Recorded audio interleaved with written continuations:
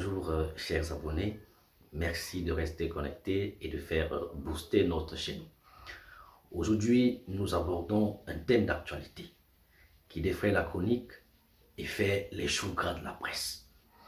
L'élection à la Fédération camerounaise du football du 11 décembre prochain déchaîne les passions et donne à voir un foisonnement d'arguments, de contre-arguments, de vérités, de contre-vérités selon les camps et les clans des uns et des autres. S'il est vrai que ce scrutin met en évidence 6 dossiers de candidature validés, il est aussi loisible de remarquer que la presse met sur orbite 2 candidats bien connus, au profil différent, qui avaient pourtant des ambitions concordantes hier et malheureusement devenues incompatibles par la force des appétits pouvoiristes.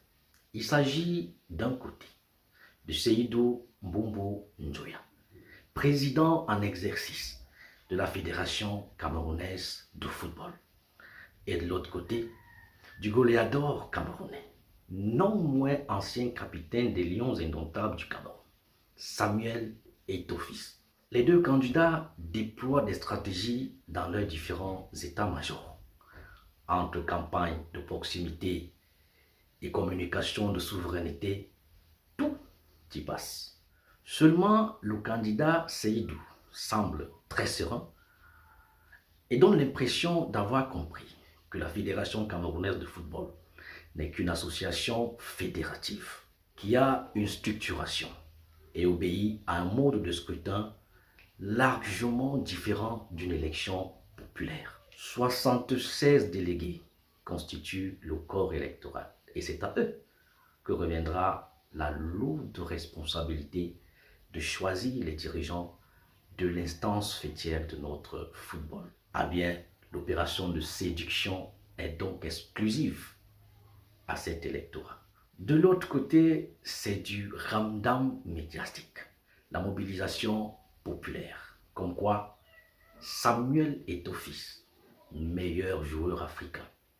Il aurait même donné toute sa vie pour la défense des intérêts footballistiques du Cameroun.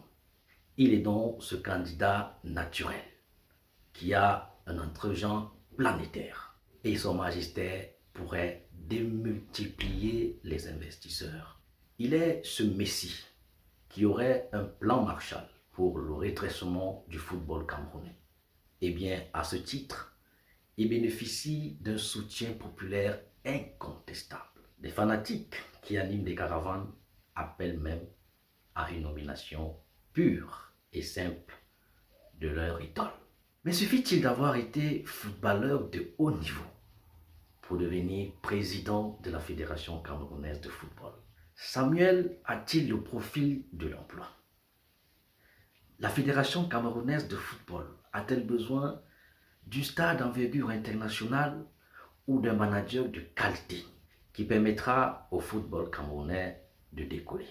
Samuel a-t-il déjà flirté avec des milieux du management depuis sa prise de la retraite internationale? Ne gagnerait-il pas à faire ses premiers pas derrière ses aînés? De toute façon, son énorme talent et son palmarès stratosphérique font de lui le Jésus du football camerounais, à en croire ses supporters, face à un Seydou dont le silence embarrasse l'opinion. C'est le catalogue même d'ailleurs du silence d'État. Président promoteur du Fédéral Sporting du Nou, 2e vice-président de la Ligue professionnelle de football entre 2011 et 2013, premier vice-président de la Fédération camerounaise de football en 2013, président de la Fédération camerounaise de football en 2018. Et depuis mars dernier, Seydou est vice-président de la Confédération africaine de football. Il a donc une proximité très étroite avec la gestion du sport. Mais cette proximité suffit-elle pour faire de lui le meilleur candidat?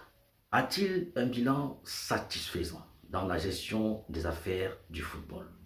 A-t-il tenu les promesses électorales de 2018? Eh bien, de toute façon, les électeurs du 11 décembre prochain ont du pain sur la planche. Ils devront agir sans complexe, mettant évidemment de côté les intérêts égoïstes pour que triomphe le football camerounais et que cessent les tribulations que l'on a toujours connues. Eh bien, je vous donne rendez-vous au soir du 11 décembre prochain pour un décryptage à chaud du résultat de ces élections. Et n'oubliez pas, portez-vous bien, abonnez-vous, partagez, likez. Ensemble, nous y arriverons.